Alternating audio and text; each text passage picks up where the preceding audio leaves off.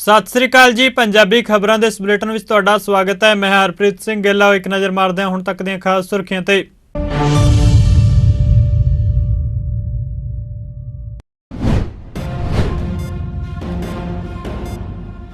प्रधानमंत्री नरेंद्र मोदी की सुरक्षा को लेकर खुफिया एजेंसियों ने वड्डा अलर्ट किया जारी। कहा दिवाली तो पहला प्रधानमंत्री नरेंद्र मोदी उत्ते हो सकता आत्मघाती हमला।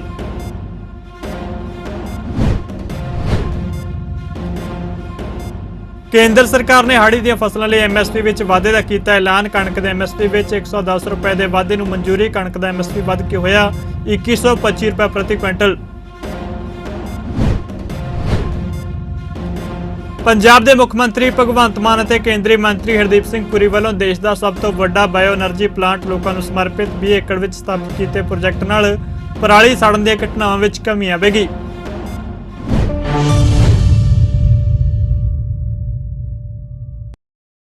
ते हुण खबरां विस्तार नाल। प्रधानमंत्री नरेंद्र मोदी की सुरक्षा को लेकर खुफिया एजेंसियों ने वड्डा अलर्ट जारी किया है। खुफिया एजेंसी मुताबिक दिवाली तो ठीक पहला प्रधानमंत्री नरेंद्र मोदी पाकिस्तानी खुफिया एजेंसी ISI के निशाने उत्ते ने। खुफिया एजेंसियों की मनीए तो प्रधानमंत्री नरेंद्र मोदी उत्ते अतवादियों वालों आत्मघाती हमले की साजिश रची जा रही है। दस्सिया जा रहा है कि प्रधानमंत्री नरेंद्र मोदी उत्ते हमला करने लई अतवादी रैली या रोड शो में एंट्री ले सकते हैं। मोदी सरकार ने दिवाली तो पहला किसानों को वड्डा तोहफा दिता है। केंद्रीय मंत्रिमंडल ने कणक के घट्टो घट्ट समर्थन मुल MSP विच 110 रुपए के वाधे नूं मंजूरी दे दी है। यह हुण 2015 रुपए तो वध के 2125 रुपए प्रति क्विंटल हो गए, जबकि जौ के MSP मुल विच 100 रुपए प्रति क्विंटल का वाधा किया गया है। इस तो बाद दाल का MSP मुल हुण 5500 तो वध के 6000 रुपए प्रति क्विंटल हो गए। सरों के MSP विच भी 400 रुपए प्रति क्विंटल का वाधा किया गया। छोले के MSP 105 रुपए वधी है।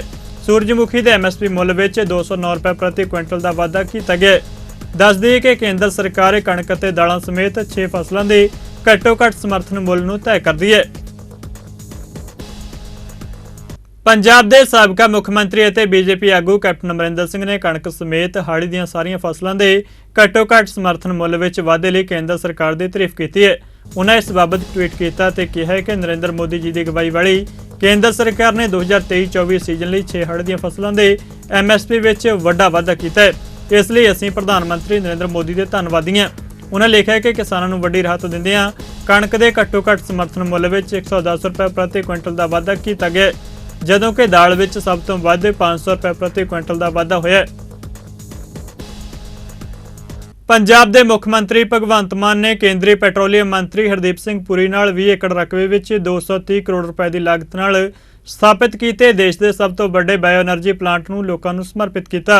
इस मौके नूं सूबे लई इतिहासिक करार दिंदे हुए मुख्यमंत्री ने कहा कि उपराला सूबे विचों झोने की पराली साड़न की समस्या नूं खत्म करने लई राह पद्धरा करेगा। उन्होंने कहा कि बरबीओ ग्रुप का सूबे नाल मजबूत रिश्ता है, क्योंकि इसकी भारतीय सहायक कंपनी बरबीओ इंडिया प्राइवेट लिमिटेड ने भारत का सब तो बड़ा बायोफूल उत्पादन यूनिट स्थापित किया है, जो बायो CNG की 33 TPD और 550 TPD की समर्था वाला प्रोजेक्ट है। उन्होंने कहा कि 80,000 क्यूबिक मीटर प्रतिदिन की समर्था वाला प्रोजेक्ट बायोगैस पैदा करेगा, जो पराली साड़न की समस्या को हल करने का वधिया तरीका है।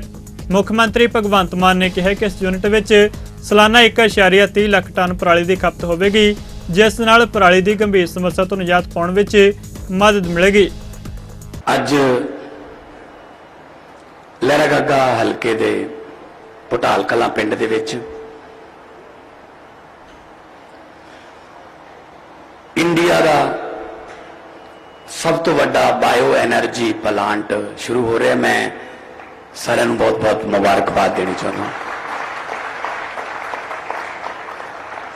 सानू जरूरत सी, सानू हुण पता लगूगा कि असीं पिछले किन्ने सालां तो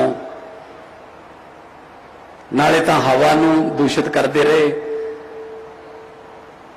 ते नाले नोटां नूं अग लाउंदे रहे। अग पराली नूं नहीं लाउंदे रहे, नोटां नूं लाउंदे रहे, क्योंकि यही पराली गैस बनूगी, कारां चलणगियां, गड्डियां चलणगियां, खाद बन रही है। साडी धरती जिहड़ी है उहदी ਉਪਜਾਊ ਸ਼ਕਤੀ ਵਧੂਗੀ। ਤਿੰਨ ਚਾਰ ਚੀਜ਼ਾਂ ਇਕੱਠੀਆਂ ਹੋ ਰਹੀਆਂ ਔਰ ਇਲਾਕੇ ਦੇ ਨੌਜਵਾਨ ਉਹਨਾਂ ਨੂੰ ਰੋਜ਼ਗਾਰ ਮਿਲ ਰਿਹਾ। ਮੈਂ ਪਿੱਛੇ ਜੇ ਜਰਮਨੀ ਗਿਆ ਜਦੋਂ ਤਾਂ ਮਿਸਟਰ ਸਲਾਟਰ ਜਿਹੜੇ ਮਾਲਿਕ ਨੇ ਉਹ ਮੈਨੂੰ ਮਿਲਣ ਆਏ ਤੇ ਉਹਨਾਂ ਨੇ ਮੇਰੇ ਨਾਲ ਗੱਲ ਕੀਤੀ। ਇੱਕ ਦੋ ਪੰਜਾਬ ਸਰਕਾਰ ਨਾਲ ਸੰਬੰਧਿਤ ਛੋਟੇ ਛੋਟੇ ਕਾਗਜ਼ ਸੀਗੇ ਵੀ ਆ NOC ਹੈ ਜੀ, ਆ ਇੱਕ ਆ ਹੈ। ਮੈਂ ਕਿਹਾ ਜੀ ਜੇ ਤੁਸੀਂ ਸਾਡੀ ਧਰਤੀ ਨੂੰ ਸਾਡੇ ਹਵਾ ਨੂੰ ਬਚਾਉਣ ਵਾਸਤੇ ਇੰਨਾ ਕੁਝ ਉਹ 8000 ਕਿਲੋਮੀਟਰ ਤੋਂ ਆ ਕੇ ਇੱਥੇ ਕਰ ਰਹੇ ਹੋ ਤਾਂ ਅਸੀਂ ਕਾਗਜ਼ ਨਾ ਤੁਹਾਡੇ ਬਣਾਈਏ ਤਾਂ ਸਾਡੇ ਲਈ ਸ਼ਰਮ ਦੀ ਗੱਲ ਹੈ। ਸੋ ਅਸੀਂ ਇਮੀਡੀਏਟਲੀ ਇਹਨਾਂ ਨੂੰ ਸਾਰੇ ਜਿਹੜੇ ਕਾਗਜ਼ ਕਲੀਅਰ ਕਰਕੇ ਅੱਜ ਇਹ ਫੈਕਟਰੀ ਜਿਹੜੀ ਹੈ ਚੱਲ ਪਈ ਹੈ।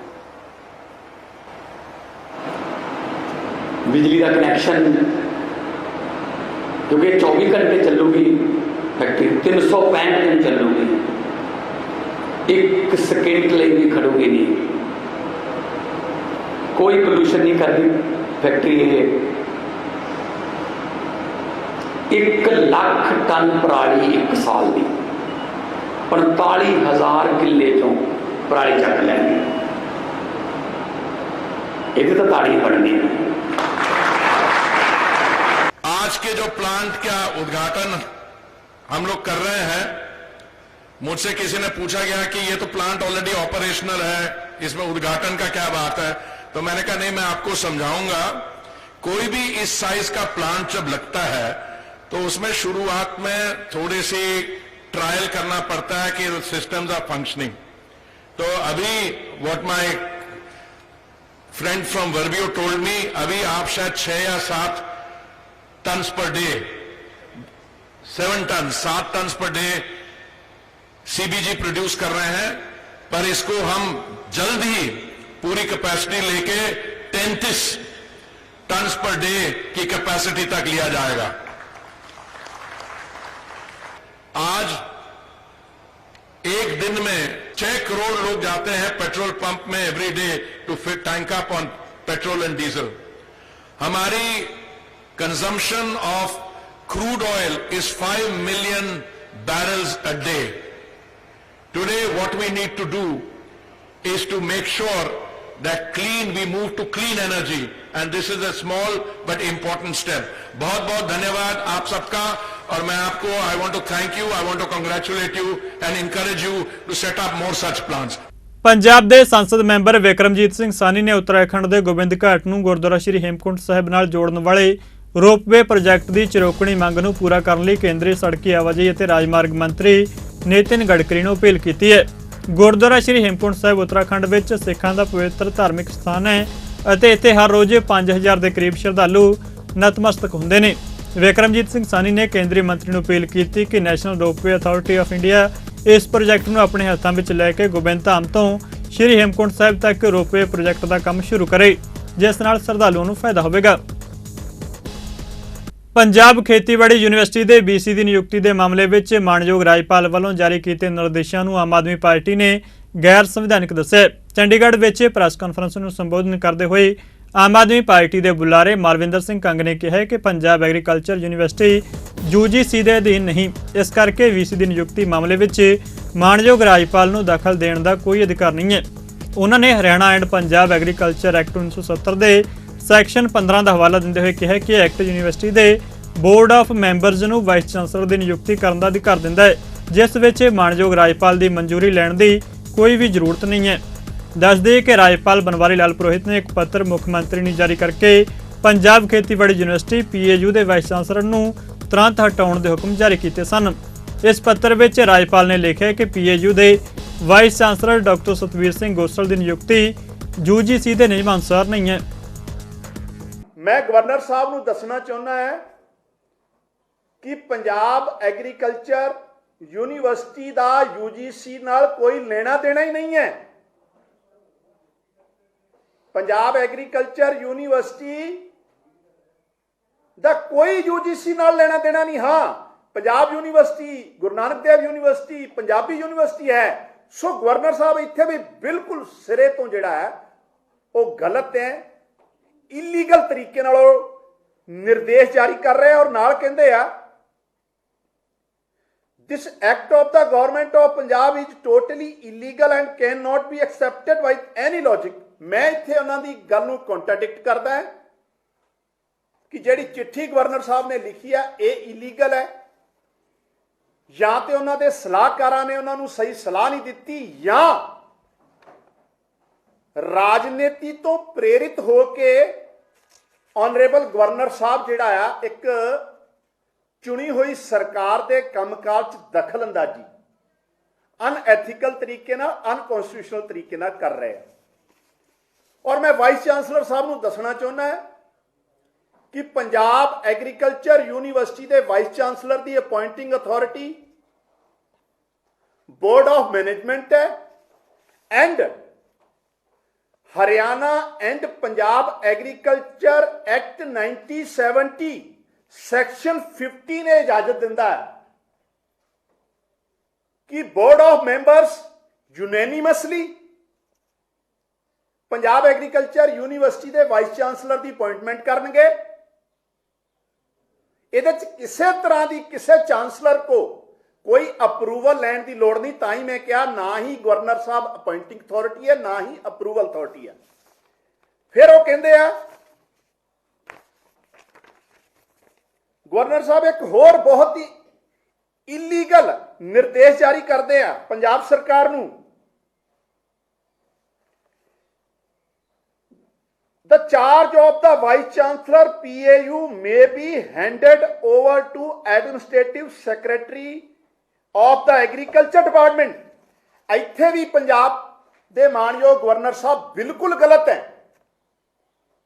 According to section 15 Haryana and Punjab agriculture act 1970 section 15 sub section 5 ये कहता है कि अगर PAU च वाइस चांसलर की जिन्ना चर परमानेंट अपॉइंटमेंट नहीं भी होंदी ते बोर्ड ऑफ मेंबर्स या ते एक्टिंग वाइस चांसलर अपॉइंट करनगे या पंजाब एग्रीकल्चर यूनीवर्सिटी के रजिस्ट्रार को उन्हां दा चार्ज रहेगा। सो मैनू ये गल ते हैरानी हो रही है और किते ना किते ऑनरेबल गवर्नर साहब का जिहड़ा रवैया है बड़ा पक्षपात पूर्ण है कि पर्टिकुलर किसी एक परसन वास्ते उन्होंने जिस तरीके नाल निर्देश जारी किए हैं कि उन्होंने चार्ज दिता जाए, यह भी किते ना किते अनकॉन्स्टिट्यूशनल है।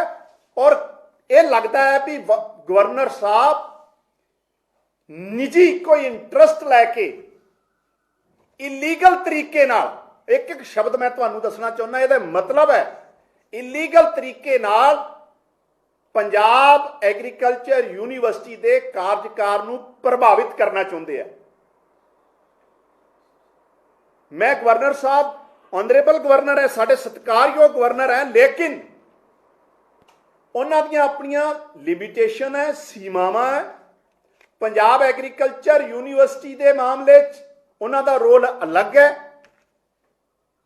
गुरु नानक देव यूनीवर्सिटी के मामले अलग है, और पंजाब एग्रीकल्चर यूनीवर्सिटी के मामले गवर्नर साहब ओनली कन्वोकेशन नूं प्रोसाइड कर सकते हैं, ना किसी वाइस चांसलर नूं अपॉइंट कर सकते हैं, ना रिमूव कर सकते। इस करके इन्हां दा जिहड़ा ये लैटर है ये अनकॉन्स्टिट्यूशनल इलीगल है। हरियाणा के डिप्टी CM दुष्यंत चौटाला ने कहा कि bureau of civil aviation security का सेंटर हिसार के गुरु जंबेश्वर यूनीवर्सिटी या पॉलीटैक्निक विच खोलिया जाएगा। जल्द ही इस मामले में अगे की रस्मी कार्रवाई पूरी कर ली जाएगी। वो नवी दिल्ली में सिविल एविएशन मंत्रियों की 2 दिनों की कौमी मीटिंग में बतौर हरियाणा के सिविल एविएशन मंत्री बोल रहे सन। दुष्यंत चौटाला ने मीटिंग के बाद मीडिया नाल गलबात करते हुए मीटिंग में सूबा सरकार वालों चुकी गई मंग के बारे विस्तार नाल जानकारी दी। उन्होंने दस्सिया कि हिसार का एविएशन हब मार्च 2023 में चालू हो जाएगा। श्रोमणी गुरुद्वारा प्रबंधक कमेटी के प्रधान समेत होर अहुदेदारां ते कार्यकारिणी कमेटी की चोण संबंधी सालाना जनरल इजलास 9 नवंबर को होगा। यह ऐलान श्रोमणी गुरुद्वारा प्रबंधक कमेटी के प्रधान एडवोकेट हरजिंदर सिंह धामी ने किया है। जनरल इजलास दोपहर 1 बजे श्रोमणी कमेटी दफ्तर स्थित तेजा सिंह समुद्री हाल में होगा, जिस विच प्रधान, सीनियर मीत प्रधान, जूनियर मीत प्रधान, ਜਨਰਲ ਸਕੱਤਰ ਅਤੇ 11 ਅੰਤਰਿਕ ਕਮੇਟੀ ਮੈਂਬਰ ਚੁਣੇ ਜਾਣਗੇ। ਸ਼੍ਰੋਮਣੀ ਕਮੇਟੀ ਪ੍ਰਧਾਨ ਨੇ ਵੀ ਆਖਿਆ ਕਿ ਵੱਖਰੀ ਹਰਿਆਣਾ ਗੁਰਦੁਆਰਾ ਪ੍ਰਬੰਧਕ ਕਮੇਟੀ ਵਿਰੁੱਧ ਵਿਦਵਾਨਾਂ ਅਤੇ ਵਕੀਲਾਂ ਦੀ ਬੈਠਕ ਵਿੱਚ ਵਿਚਾਰ ਵਟਾਂਦਰੇ ਕੀਤੇ ਜਾਣਗੇ। ਉਹਨੇ ਕਿਹਾ ਕਿ ਹਰਿਆਣਾ ਕਮੇਟੀ ਦੇ ਮਾਮਲੇ ਵਿੱਚ ਸ਼੍ਰੋਮਣੀ ਕਮੇਟੀ ਵੱਲੋਂ ਸੁਪਰੀਮ ਕੋਰਟ ਅੰਦਰ ਨਜ਼ਰਸਾਨੀ ਪਟੀਸ਼ਨ ਦਾਖਲ ਕਰ ਦਿੱਤੀ ਗਈ ਹੈ ਅਤੇ ਹਰਿਆਣਾ ਨਾਲ ਸੰਬੰਧਿਤ ਸ਼੍ਰੋਮਣੀ ਕਮੇਟੀ ਮੈਂਬਰ ਹਰਭਜਨ ਸਿੰਘ ਮਸਾਣਾ ਵੱਲੋਂ ਵੀ ਇੱਕ ਰਿਵਿਊ ਪਟੀਸ਼ਨ ਪਾਈ ਜਾਵੇਗੀ। ਸ਼੍ਰੋਮਣੀ ਗੁਰਦੁਆਰਾ ਪ੍ਰਬੰਧਕ ਕਮੇਟੀ ਦੀ ਪ੍ਰਧਾਨ ਦੀ ਚੋਣ, ਅਹੁਦੇਦਾਰਾਂ ਦੀ ਚੋਣ 9 ਨਵੰਬਰ ਨੂੰ 1 ਵਜੇ ਤੇਜਾ ਸਿੰਘ ਸਮੁੰਦਰੀ ਹਾਲ ਦੇ ਵਿੱਚ ਹੋਊਗੀ। ਸੋ ਇੰਨੀਆਂ ਕਿ ਬੇਨਤੀਆਂ ਜਿਹੜੀਆਂ ਸਾਡੀਆਂ ਤੁਸੀਂ ਪ੍ਰਵਾਨ ਕਰ ਲੈਣੀਆਂ। 9 ਨਵੰਬਰ 1 ਵਜੇ ਉਹ ਅਹੁਦੇਦਾਰਾਂ ਦੀ ਤੇ ਪ੍ਰਧਾਨ ਦੀ ਜਿਹੜੀ ਉਹ ਚੋਣ ਹੋਊਗੀ। 5 ਦੇਸ਼ਾਂ ਵਿੱਚ ਭਾਰਤ ਦੇ ਰਾਜਦੂਤਾਂ ਤੇ ਹਾਈ ਕਮਿਸ਼ਨਰਾਂ ਦੇ ਡੈਲੀਗੇਸ਼ਨ ਨੇ ਸ੍ਰੀ ਦਰਬਾਰ ਸਾਹਿਬ ਅੰਮ੍ਰਿਤਸਰ ਵਿੱਚ ਮੱਥਾ ਟੇਕਿਆ ਤੇ ਗੁਰਬਾਣੀ ਦਾ ਕੀਰਤਨ ਸੁਣਿਆ। ਇਸ ਵਫਦ ਵਿੱਚ ਅਮਰੀਕਾ ਵਿੱਚ ਭਾਰਤ ਦੇ ਰਾਜਦੂਤ ਸ੍ਰੀ ਤਰਨਜੀਤ ਸਿੰਘ ਸੰਧੂ, ਟੋਂਗੋ ਵਿੱਚ ਰਾਜਦੂਤ ਰਾਜੀਵ ਕੁਮਾਰ ਟੰਡਨ, ਨੀਦਰਲੈਂਡ ਵਿੱਚ ਮਿਸ ਰੀਨਤ ਸੰਧੂ, ਰੂਸ ਵਿੱਚ ਰਾਜਦੂਤ ਪਵਨ ਕਪੂਰ, ਤੁਰਕੀ ਵਿੱਚ ਰਾਜਦੂਤ ਡਾਕਟਰ ਵਰਿੰਦਰ ਕੁਮਾਰ ਪੌਲ, ਮੰਗੋਲੀਆ ਵਿੱਚ ਰਾਜਦੂਤ ਮਹਿੰਦਰ ਪ੍ਰਤਾਪ ਸਿੰਘ ਸ਼ਾਮਲ ਸਨ। ਇਸ ਮੌਕੇ ਉਹਨਾਂ ਨੂੰ ਸੂਚਨਾ ਕੇਂਦਰ ਵਿੱਚ ਸੂਚਨਾ ਅਧਿਕਾਰੀ ਜਸਵਿੰਦਰ ਸਿੰਘ ਜੱਸੀ ਅਤੇ ਹਰਿੰਦਰਪਾਲ ਸਿੰਘ ਸਰਬਜੀਤ ਸਿੰਘ ਵੱਲੋਂ ਸਨਮਾਨਿਤ ਕੀਤਾ ਗਿਆ। ਅੱਜ ਇੱਥੇ ਅਸੀਂ 5 ਦੇਸ਼ਾਂ ਦੇ ਐਂਬੈਸਡਰ ਆਏ ਹਾਂ। ਇਹ basically heads of mission conference ਹੋ ਰਹੀ ਆ ਗੁਜਰਾਤ 'ਚ। ਉਹਦੇ ਤੋਂ ਪਹਿਲਾਂ ਅਸੀਂ ਪੰਜਾਬ 'ਚ ਆਏ ਸੀਗੇ ਤੇ ਪੰਜਾਬ 'ਚ ਚੀਫ ਮਿਨਿਸਟਰ ਸਾਹਿਬ ਨਾਲ, ਚੀਫ ਸੈਕਟਰੀ ਤੇ ਬਾਕੀ ਅਫਸਰਾਂ ਨਾਲ ਮੁਲਾਕਾਤ ਹੋਈ। ਅਸੀਂ ਆਪਣੇ ਡਿਸਕਸ਼ਨ ਕੀਤੀਆਂ ਕੀ ਡਿਫਰੈਂਟ ਆਪਸ਼ਨਸ ਨੇ। ਮੈਂ ਤਾਂ ਅਮਰੀਕਾ ਦੇ ਬਾਰੇ ਜੋ US ਤੇ ਇੰਡੀਆ ਦੀ ਰਿਲੇਸ਼ਨਸ਼ਿਪ ਹੈ, ਜਿਹੜੇ 5 ਏਰੀਆ 'ਚ ਰਿਲੇਸ਼ਨਸ਼ਿਪ ਡਿਵੈਲਪ ਹੋ ਰਿਹਾ ਹੈ ਔਰ ਖ਼ਾਸ ਤੌਰ ਤੇ ਉਹਦੇ 'ਚ ਐਜੂਕੇਸ਼ਨ ਤੇ ਨੌਲੇਜ ਪਾਰਟਨਰਸ਼ਿਪ ਦੇ ਬਾਰੇ ਚੀਫ ਮਿਨਿਸਟਰ ਸਾਹਿਬ ਨਾਲ ਬਾਕੀਆਂ ਨਾਲ ਵੀ ਗੱਲਬਾਤ ਕੀਤੀ ਔਰ ਇਨਕਰੇਜ ਕੀਤਾ ਕਿ ਜਿਹੜੀਆਂ ਸਾਡੀਆਂ ਯੂਨੀਵਰਸਿਟੀਆਂ ਇੱਥੇ ਹੈਗੀਆਂ ਨੇ ਉਹਨਾਂ ਦੇ ਰਿਲੇਸ਼ਨਸ ਅਮਰੀਕਨ ਯੂਨੀਵਰਸਿਟੀ ਤੇ ਰਿਸਰਚ ਇੰਸਟੀਟਿਊਸ਼ਨ ਨਾਲ ਹੋਣ। ਇੱਥੇ ਹੁਣੇ ਅਸੀਂ ਮੱਥਾ ਟੇਕਣ ਆਏ ਹਾਂ। ਮੇਰੀ ਕਿਸਮਤ ਅੱਛੀ ਹੈ ਕਿ ਮੈਂ 2 ਮਹੀਨਿਆਂ ਬਾਅਦ ਦੁਬਾਰਾ ਦਰਬਾਰ ਸਾਹਿਬ ਦੀ ਬਲੇਸਿੰਗਸ ਮੈਨੂੰ ਮਿਲੀਆਂ ਨੇ। ਬਾਕੀ ਦੇ 4 ਐਂਬੈਸਡਰ ਅੰਦਰ ਨੇ, ਸਾਡੇ ਨੈਦਰਲੈਂਡਸ ਦੇ, ਰਸ਼ੀਆ ਦੇ, ਤੁਰਕੀ ਦੇ, ਟੋਗੋ ਦੇ ਤੇ ਮੰਗੋਲੀਆ ਦੇ। ਤੇ ਬਹੁਤ ਖੁਸ਼ੀ ਹੋਈ ਤੁਹਾਨੂੰ ਸਾਰਿਆਂ ਨੂੰ ਵੀ ਮੌਕਾ ਮਿਲਦਾ ਹੈ ਦਰਬਾਰ ਸਾਹਿਬ ਬਾਰ-ਬਾਰ ਆਉਣ ਦਾ। ਮੈਨੂੰ ਇੰਨੀ ਵਾਰੀ ਨਹੀਂ ਮਿਲਦਾ, ਲੇਕਿਨ ਮੈਂ ਜਿਸ ਤਰ੍ਹਾਂ ਲਾਸਟ ਟਾਈਮ ਕਿਹਾ ਸੀਗਾ ਕਿ ਮੈਂ ਅੰਮ੍ਰਿਤਸਰ ਦਾ ਰਹਿਣ ਵਾਲਾ ਹਾਂ, ਇਸ ਕਰਕੇ ਮੇਰਾ ਅੰਮ੍ਰਿਤਸਰ ਨਾਲ ਤੇ ਖਾਸ ਤੌਰ ਤੇ ਦਰਬਾਰ ਸਾਹਿਬ ਨਾਲ ਬਹੁਤ ਲਗਾਓ ਹੈਗਾ। ਤੇ ਬਾਕੀ ਇਹ ਜਿਹੜੀ ਸਾਡੀ ਜਨਰਲ ਵਿਜ਼ਿਟ ਹੈਗੀ ਆ, ਇਹ ਕੋਵਿਡ ਦੇ ਕਾਰਨ 3 ਸਾਲ ਵਿੱਚੋਂ ਨਹੀਂ ਹੋਈ, ਉਹਦੇ ਬਾਅਦ ਹੋ ਰਹੀ ਹੈ। ਤੇ ਇਸ ਕਰਕੇ ਕਾਫੀ ਫੋਕਸ ਹੈ, ਕੋਸ਼ਿਸ਼ ਹੈਗੀ ਹੈ ਕਿ ਸਟੇਟ ਗਵਰਨਮੈਂਟ ਨਾਲ ਗੱਲਬਾਤ ਹੋਵੇ। ਤੇ ਕੱਲ ਅਸੀਂ ਗੁਜਰਾਤ ਚੱਲ ਜਾਣਾ, ਉੱਥੇ ਸਾਰੇ heads of mission the conference ਹੋ ਰਹੀ ਹੈ। ਸ਼੍ਰੀ ਗੁਰੂ ਗ੍ਰੰਥ ਸਾਹਿਬ ਜੀ ਦੇ 328 ਪਾਵਨ ਸਰੂਪਾਂ ਦੇ ਮਾਮਲੇ ਦੇ ਦੋਸ਼ੀਆਂ ਵਿਰੁੱਧ ਸਖਤ ਕਾਰਵਾਈ ਦੀ ਮੰਗ ਅਤੇ ਬੰਦੀ ਸਿੰਘਾਂ ਦੀ ਰਿਹਾਈ ਦੀ ਮੰਗ ਨੂੰ ਲੈ ਕੇ ਮੁੱਖ ਮੰਤਰੀ ਦੀ ਸੰਗਰੂਰ ਵਿਚਲੀ ਰਿਹਾਇਸ਼ ਤੱਕ ਕੱਢੇ ਜਾ ਰਹੇ ਸਿੱਖ ਨੀਤੀ ਮਾਰਚ ਨੂੰ ਸ਼੍ਰੀ ਫਤਿਹਗੜ੍ਹ ਸਾਹਿਬ ਵਿਖੇ ਵੱਖ-ਵੱਖ ਥਾਵਾਂ ਉੱਤੇ ਪੁਲਿਸ ਵੱਲੋਂ ਰੋਕਿਆ ਗਿਆ, ਜਿਸ ਨੂੰ ਲੈ ਕੇ ਸਿੱਖ ਸੰਗਤ ਵਿੱਚ ਭਾਰੀ ਰੋਸ ਪਾਇਆ ਜਾ ਰਿਹਾ ਹੈ। ਸਿੱਖ ਨੀਤੀ ਮਾਰਚ ਦੀ ਅਗਵਾਈ ਕਰ ਰਹੇ ਆਗੂ ਸੁਖਜਿੰਦਰ ਸਿੰਘ ਅਤੇ ਬਲਜੀਤ ਸਿੰਘ ਨੇ ਕਿਹਾ ਕਿ ਪਹਿਲੀ ਵਾਰ ਹੋਇਆ ਕਿ ਸ਼੍ਰੀ ਗੁਰੂ ਗ੍ਰੰਥ ਸਾਹਿਬ ਜੀ ਦੀ ਅਗਵਾਈ ਵਿੱਚ ਕੱਢੇ ਗਏ ਕਿਸੇ ਮਾਰਚ ਨੂੰ ਰੋਕ ਕੇ ਪੁਲਿਸ ਪ੍ਰਸ਼ਾਸਨ ਨੇ ਦਖਲਅੰਦਾਜ਼ੀ ਕੀਤੀ ਹੈ। ਲੋਕ ਸਭਾ ਦੇ ਸਪੀਕਰ ਓਮ ਬਿਰਲਾ ਨੇ ਪੂਸਾ ਇੰਸਟੀਚਿਊਟ ਨਵੀਂ ਦਿੱਲੀ ਵਿੱਚ ਆਯੋਜਿਤ ਪ੍ਰਧਾਨ ਮੰਤਰੀ ਕਿਸਾਨ ਸਨਮਾਨ ਸੰਮੇਲਨ ਵਿੱਚ ਖੇਤੀਬਾੜੀ ਵਿੱਚ ਨਵੀਨਤਾ ਪੈਦਾ ਕਰ ਰਹੇ ਸਟਾਰਟਅਪ ਦੇ ਉਤਪਾਦਾਂ ਅਤੇ ਸੇਵਾਵਾਂ ਨੂੰ ਵੇਖਿਆ। ਲੰਮੇ ਸਮੇਂ ਤੋਂ ਇਹਨਾਂ ਸਟਾਰਟਅਪ ਨੂੰ ਚਲਾ ਰਹੇ ਨੌਜਵਾਨਾਂ ਨਾਲ ਸਪੀਕਰ ਬਿਰਲਾ ਨੇ ਗੱਲਬਾਤ ਵੀ ਕੀਤੀ ਅਤੇ ਇਹਨਾਂ ਦੇ ਉਤਪਾਦਾਂ ਅਤੇ ਸੇਵਾਵਾਂ ਰਾਹੀਂ ਖੇਤੀਬਾੜੀ ਖੇਤਰ ਵਿੱਚ ਆ ਰਹੀਆਂ ਤਬਦੀਲੀਆਂ ਬਾਰੇ ਜਾਣਕਾਰੀ ਹਾਸਲ ਕੀਤੀ। ਬਿਰਲਾ ਨੇ ਕਿਹਾ ਕਿ ਸਾਡੇ ਨੌਜਵਾਨ ਆਪਣੀ ਸੋਚ ਅਤੇ ਖੋਜ ਨਾਲ ਘੱਟ ਲਾਗਤ ਅਤੇ ਘੱਟ ਖੇਤਰ ਵਿੱਚ ਵੱਧ ਉਤਪਾਦਨ ਦਾ ਰਾਹ ਪੱਧਰਾ ਕਰ ਰਹੇ ਨੇ। ਉਹ ਖੇਤੀ ਉਤਪਾਦਾਂ ਤੋਂ ਰੋਜ਼ਾਨਾ ਵਰਤੋਂ ਦੀਆਂ ਵਸਤੂਆਂ ਬਣਾ ਕੇ ਮੁੱਲ ਵਧਾਉਣ ਵਿੱਚ ਵੀ ਮੋਹਰੀ ਨੇ। ਆਲ ਇੰਡੀਆ ਪਿੰਗਲਾ ਆਸ਼ਰਮ ਦੇ ਬਾਨੀ ਸੱਚਖੰਡ ਵਾਸੀ ਸੰਤ ਬਾਬਾ ਮੋਹਨ ਸਿੰਘ ਜੀ ਦਾ 28ਵਾਂ ਸਾਲਾਨਾ ਯਾਦਗਾਰੀ ਸਪਤਾਹ ਮੁਖੀ ਸੰਤ ਬਾਬਾ ਬਲਵੀਰ ਸਿੰਘ ਜੀ ਦੀ ਅਗਵਾਈ ਵਿੱਚ ਬੜੀ ਧੂਮਧਾਮ ਨਾਲ ਮਨਾਇਆ ਗਿਆ। ਇਸ ਮੌਕੇ ਸ਼੍ਰੀ ਅਖੰਡ ਪਾਠ ਸਾਹਿਬ ਦੀਆਂ ਲੜੀਆਂ ਦੇ ਭੋਗ ਪਾਏ ਗਏ। ਇਸ ਮੌਕੇ ਲੋੜਵੰਦ ਪਰਿਵਾਰਾਂ ਦੀਆਂ ਲੜਕੀਆਂ ਦੇ ਸਮੂਹਿਕ ਆਨੰਦ ਕਾਰਜ ਵੀ ਕੀਤੇ ਗਏ ਅਤੇ ਸੰਤ ਮਨਮੋਹਨ ਸਿੰਘ ਜੀ ਬਾਰਨ ਵਾਲਿਆਂ ਨੇ ਆਨੰਦ ਕਾਰਜ ਦੀ ਮਰਿਆਦਾ ਸੰਪੰਨ ਕੀਤੀ। ਨਵ ਵਿਵਾਹਿਤ ਜੋੜੀਆਂ ਨੂੰ ਗ੍ਰਸਤ ਜੀਵਨ ਦੀ ਜ਼ਰੂਰਤ ਨਾਲ ਸੰਬੰਧਿਤ ਘਰੇਲੂ ਸਮਾਨ ਵੀ ਦਿੱਤਾ ਗਿਆ। ਇਸ ਮੌਕੇ ਧਾਰਮਿਕ ਸੰਤ ਮਹਾਂਪੁਰਖਾਂ, ਰਾਜਨੀਤਿਕ ਆਗੂਆਂ, ਸਮਾਜਿਕ ਹਸਤੀਆਂ ਤੇ ਭਾਰੀ ਗਿਣਤੀ ਵਿੱਚ ਸੰਗਤਾਂ ਨੇ ਪਹੁੰਚ ਕੇ ਸੱਚਖੰਡ ਵਾਸੀ ਸੰਤ ਬਾਬਾ ਮੋਹਨ ਸਿੰਘ ਨੂੰ ਸ਼ਰਧਾਂਜਲੀਆਂ ਭੇਂਟ ਕੀਤੀਆਂ। ਅਦਾਰਾ ਚੜ੍ਹਦੀ ਕਲਾ ਦੇ ਚੇਅਰਮੈਨ ਪਦਮ ਸ਼੍ਰੀ ਸਰਦਾਰ ਜਗਜੀਤ ਸਿੰਘ ਦਰਦੀ ਨੂੰ ਉੱਤਮ ਦਰਜੇ ਦੀਆਂ ਸਮਾਜਿਕ ਸੇਵਾਵਾਂ ਦੇ ਲਈ ਸੰਤ ਬਾਬਾ ਮੋਹਨ ਸਿੰਘ ਯਾਦਗਾਰੀ ਰਾਸ਼ਟਰੀ ਸਮਾਜ ਸੇਵੀ ਸੰਤ ਰਤਨ ਅਵਾਰਡ ਦੇ ਨਾਲ ਸਨਮਾਨਿਤ ਕੀਤਾ ਗਿਆ। ਉਹਨਾਂ ਦੀ ਗੈਰ ਹਾਜ਼ਰੀ ਵਿੱਚ ਇਹ award staff reporter Amarjit Singh ਨੇ ਹਾਸਲ ਕੀਤਾ।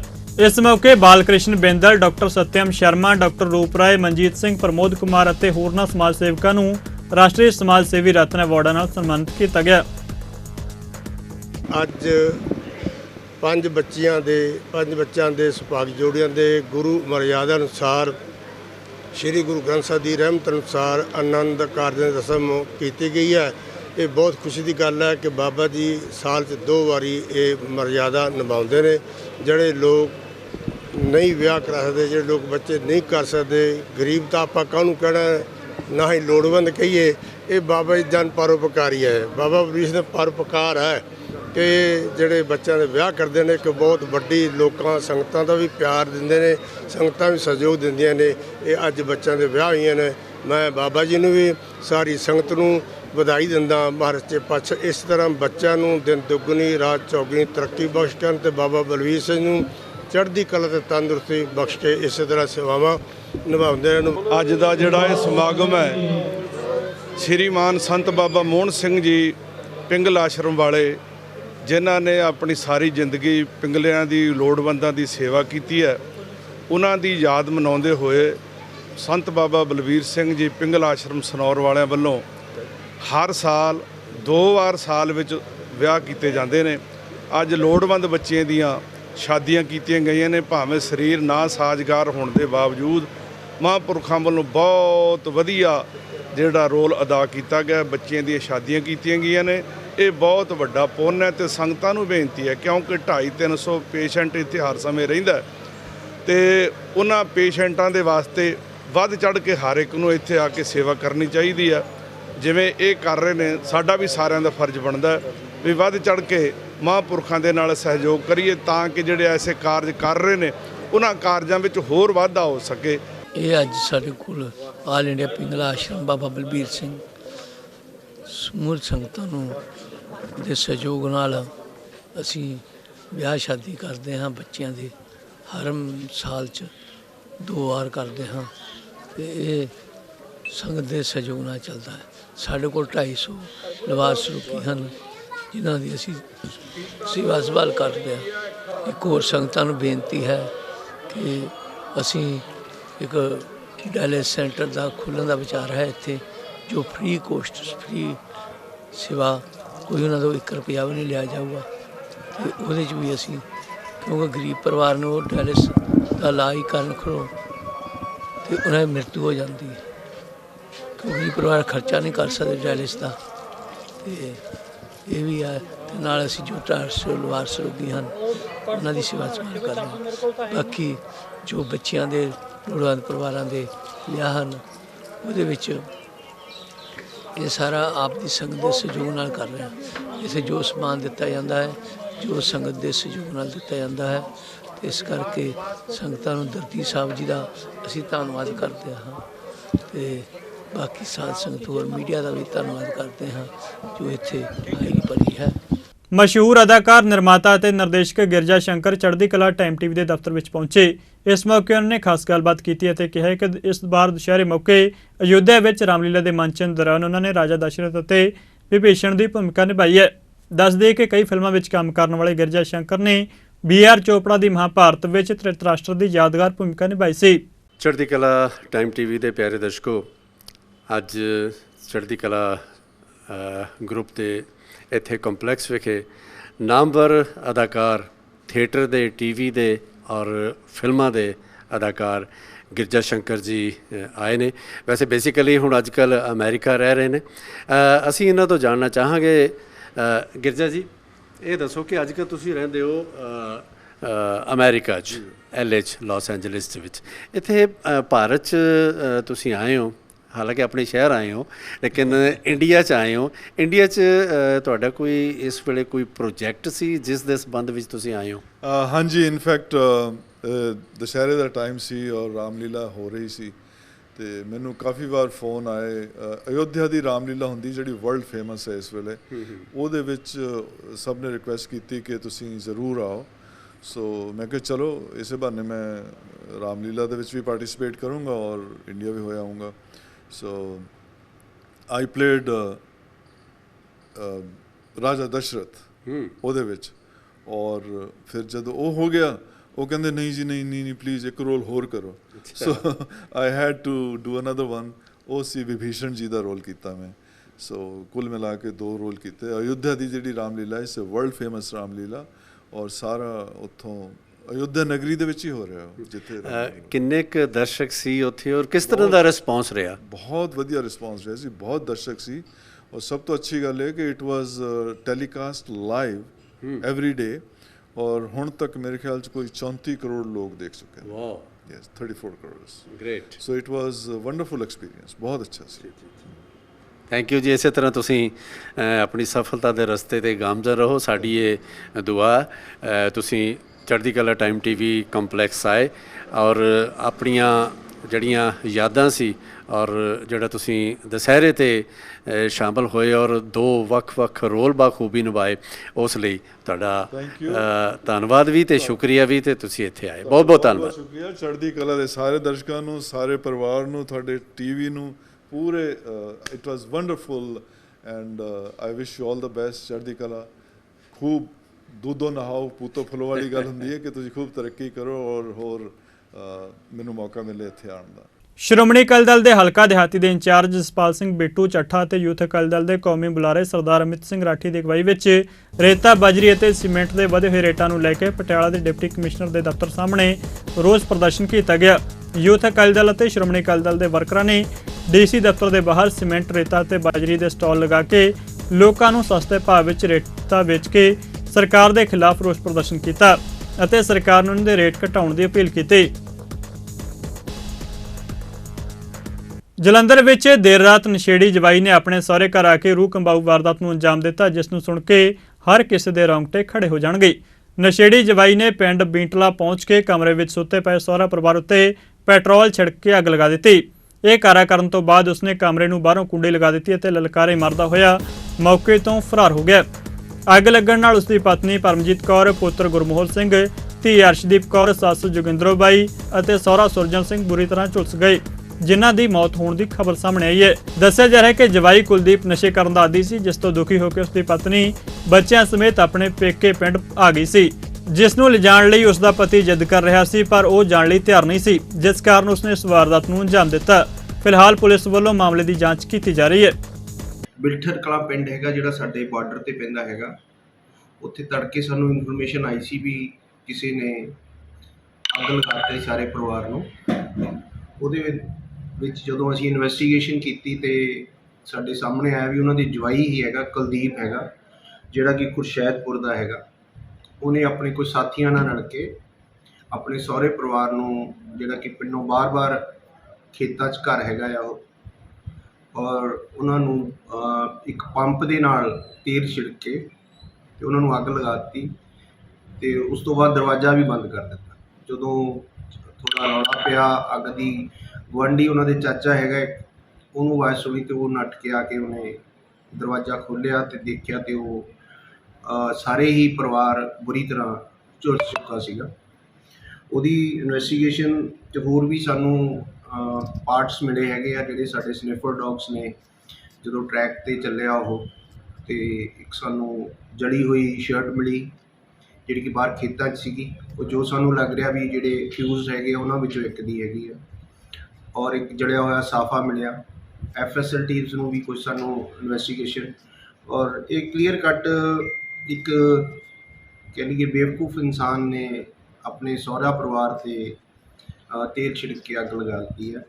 ਔਰ ਇਹਨਾਂ ਦਾ ਮੇਨ ਜਿਹੜਾ ਰੰਜਿਸ਼ ਸੀਗੀ ਵੀ ਉਹ ਲੜਕੀ ਨੂੰ, ਕਿਉਂਕਿ ਲੜਕੀ ਦੀ ਵੀ ਸੈਕੰਡ ਮੈਰਿਜ ਸੀ ਔਰ ਲੜਕੇ ਦੀ ਵੀ ਸੈਕੰਡ ਮੈਰਿਜ ਹੈ, ਔਰ ਉਹ ਇਹਨੂੰ ਜਿੱਦ ਸੀਗਾ ਵੀ ਮੈਂ ਲੈ ਕੇ ਜਾਣਾ ਹੈਗਾ, ਪਰੰਤੂ ਲੜਕੀ ਕਹਿੰਦੀ ਸੀ ਵੀ ਇਹਦੀਆਂ ਜਿਹੜੀਆਂ ਹਰਕਤਾਂ ਹੈਗੀਆਂ ਉਹ ਠੀਕ ਨਹੀਂ ਹੈਗੀਆਂ, ਵੀ ਮੈਨੂੰ ਜਦੋਂ ਸ਼ਾਮ ਨੂੰ ਘਰੇ ਆਉਂਦਾ ਤੇ ਇਹ ਮੈਨੂੰ ਔਰ ਬੱਚਿਆਂ ਨੂੰ ਟੌਰਚਰ ਕਰਦਾ, ਕਿਉਂਕਿ ਉਹਦੇ ਫਸਟ ਮੈਰਿਜ 'ਚੋਂ ਬੱਚੇ ਸੀ, ਉਹ ਉਹਨਾਂ ਨੂੰ ਬਹੁਤ ਪਿਆਰ ਕਰਦੀ ਸੀ, ਪਰੰਤੂ ਉਹ ਬੱਚਿਆਂ ਨੂੰ ਵੀ ਟੌਰਚਰ ਕਰਦਾ ਸੀ। ਇਸੇ ਕਰਕੇ ਉਹ ਆਪਣੇ ਪੇਕੇ ਘਰ ਆ ਕੇ ਰਹਿਣ ਲੱਗ ਪਏ। ਔਰ ਇਹ ਬਹੁਤ ਜ਼ਿਆਦਾ ਜਿੱਦੀ ਕਿਸਮ ਦਾ ਇਨਸਾਨ ਸੀਗਾ ਵੀ ਇਹਨੂੰ ਸੀਗਾ ਵੀ ਮੈਂ ਲੈ ਕੇ ਜਾਣਾ। ਇਸੀ ਰੰਜਿਸ਼ 'ਚ ਇਹਨੇ ਆਪਣੇ ਸਹੁਰੇ ਪਰਿਵਾਰ ਨੂੰ ਸਾਰੇ ਨੂੰ ਅੱਗ ਲਗਾ। ਮਨੁੱਖੀ ਅਧਿਕਾਰ ਸੰਗਠਨ ਵੱਲੋਂ ਇੱਕ ਮੰਗ ਪੱਤਰ ਸ਼੍ਰੀ ਅਕਾਲ ਤਖਤ ਸਾਹਿਬ ਦੇ ਜਥੇਦਾਰ ਦੇ ਦਫ਼ਤਰ ਵਿੱਚ ਦੇ ਕੇ ਬੰਦੀ ਸਿੰਘਾਂ ਦੀ ਰਿਹਾਈ ਲਈ ਕੱਢੇ ਜਾ ਰਹੇ ਕੈਂਡਲ ਮਾਰਚ ਲਈ ਸਹਿਯੋਗ ਦੀ ਮੰਗ ਕੀਤੀ ਗਈ। ਇਸ ਸੰਬੰਧੀ ਮਨੁੱਖੀ ਅਧਿਕਾਰ ਸੰਗਠਨ ਦੇ ਪ੍ਰਧਾਨ ਬੀਬੀ ਜਸਵਿੰਦਰ ਕੌਰ ਸੋਹਲ ਨੇ ਕਿਹਾ ਕਿ 21 ਅਕਤੂਬਰ ਨੂੰ ਕੈਂਡਲ ਮਾਰਚ ਕੱਢਿਆ ਜਾਵੇਗਾ, ਜਿਸ ਲਈ ਜਥੇਦਾਰ ਸ਼੍ਰੀ ਅਕਾਲ ਤਖਤ ਸਾਹਿਬ ਨੂੰ ਸਹਿਯੋਗ ਦੇਣ ਦੀ ਅਪੀਲ ਕੀਤੀ ਗਈ ਹੈ। ਅੱਜ ਸ਼੍ਰੀ ਅਕਾਲ ਤਖਤ ਸਾਹਿਬ ਤੇ ਅਸੀਂ ਆ ਕੇ ਤਾਂ ਉਹਨਾਂ ਨੂੰ ਬੇਨਤੀ ਕੀਤੀ ਹੈ ਕਿ ਇਸ ਜੋ ਸਾਡਾ 21 ਅਕਤੂਬਰ ਨੂੰ ਕੈਂਡਲ ਮਾਰਚ ਸ਼੍ਰੀ ਅੰਮ੍ਰਿਤਸਰ ਸਾਹਿਬ 'ਚ ਬੰਦੀ ਸਿੰਘਾਂ ਦੀ ਰਿਹਾਈ ਦੇ ਲਈ ਕੀਤਾ ਜਾ ਰਿਹਾ ਹੈ, ਉਸ ਦੀ ਅਗਵਾਈ ਜੋ ਹੈ ਅਕਾਲ ਤਖਤ ਸਾਹਿਬ ਤੋਂ ਕੀਤੀ ਜਾਵੇ, ਕਿਉਂਕਿ ਅਕਾਲ ਤਖਤ ਸਾਹਿਬ ਹਮੇਸ਼ਾ ਸਰਬੱਤ ਦੇ ਭਲੇ ਦੀ ਗੱਲ ਕਰਦੇ ਨੇ ਔਰ ਪੂਰੇ ਵਿਸ਼ਵ ਭਰ ਦੇ ਵਿੱਚ ਜਦੋਂ ਵੀ ਇੱਥੋਂ ਆਦੇਸ਼ ਗਏ ਨੇ ਵਿਸ਼ਵ ਦਾ ਭਲਾ ਕੀਤਾ ਗਿਆ ਹੈ। ਤੇ ਸੋ ਬੜੇ ਹੀ ਲੰਬੇ ਸਮੇਂ ਤੋਂ ਜੋ ਅਸੀਂ ਇਹ ਸੰਘਰਸ਼ ਕਰ ਰਹੇ ਹਾਂ ਬੰਦੀ ਸਿੰਘਾਂ ਦੀ ਰਿਹਾਈ ਨੂੰ ਲੈ ਕੇ, ਜੋ ਕਿ ਬੜੀ ਵੱਡੀ ਮਨੁੱਖੀ ਅਧਿਕਾਰਾਂ ਦੀ ਉਲੰਘਣਾ ਹੋ ਰਹੀ ਹੈ ਕਿ ਆਪਣੀਆਂ ਸਜ਼ਾਵਾਂ ਪੂਰੀਆਂ ਕਰਨ ਤੋਂ ਬਾਵਜੂਦ ਉਹਨਾਂ ਨੂੰ ਜੇਲ੍ਹਾਂ ਵਿੱਚ ਬੰਦ ਰੱਖਿਆ ਗਿਆ ਹੈ, ਕਿਉਂਕਿ ਦੇਸ਼ ਦਾ ਸੰਵਿਧਾਨ ਇੱਕ ਹੈ, ਕਾਨੂੰਨ ਇੱਕ ਹੈ, ਦੇਸ਼ ਇੱਕ ਹੈ, ਤਾਂ ਫਿਰ ਇਹ ਵਿਤਕਰਾ ਕਿਉਂ ਹੈ? ਇਸ ਚੀਜ਼ ਦੇ ਬਾਰੇ ਆਵਾਜ਼ ਬੁਲੰਦ ਕੀਤੀ ਜਾ ਰਹੀ ਹੈ। ਅੱਜ ਕੀ ਕੀਤਾ ਜੀ ਤੁਸੀਂ? ਅੱਜ ਸ਼੍ਰੀ ਅਕਾਲ ਤਖਤ ਸਾਹਿਬ ਦੇ ਅਸੀਂ ਜਥੇਦਾਰ ਗਿਆਨੀ ਹਰਪ੍ਰੀਤ ਸਿੰਘ ਜੀ ਨੂੰ ਮੰਗ ਪੱਤਰ ਦੇਣ ਆਏ ਹਾਂ ਕਿ ਸਾਡੇ ਨਾਲ ਸਾਡੀ ਇਸ ਮੁਹਿੰਮ ਦੇ ਵਿੱਚ ਜੋ ਅਸੀਂ ਸੰਘਰਸ਼ ਜਾਰੀ ਕੀਤਾ ਹੈ ਬੰਦੀ ਸਿੰਘਾਂ ਦੀ ਰਿਹਾਈ ਦੇ ਲਈ, ਉਸ ਦੀ ਅਗਵਾਈ ਸ਼੍ਰੀ ਅਕਾਲ ਤਖਤ ਸਾਹਿਬ ਤੋਂ ਕੀਤੀ ਜਾਵੇ। ਮੰਗ ਪੱਤਰ ਆਪਣੇ ਮਨੁੱਖੀ ਅਧਿਕਾਰ ਸੰਗਠਨ ਦੇ ਭੈਣ ਜੀ ਜਸਵਿੰਦਰ ਕੌਰ ਜੀ ਮੰਗ ਪੱਤਰ ਲੈ ਕੇ ਆਏ ਨੇ ਕਿ ਬੰਦੀ ਸਿੰਘਾਂ ਦੀ ਰਿਹਾਈ ਵਾਸਤੇ 21 ਤਰੀਕ ਨੂੰ ਕੈਂਡਲ ਮਾਰਚ ਕੱਢਿਆ ਜਾਵੇਗਾ ਜੋ ਦਰਬਾਰ ਸਾਹਿਬ ਤੇ ਅਕਾਲ ਤਖਤ ਸਾਹਿਬ ਪਹੁੰਚੇਗਾ।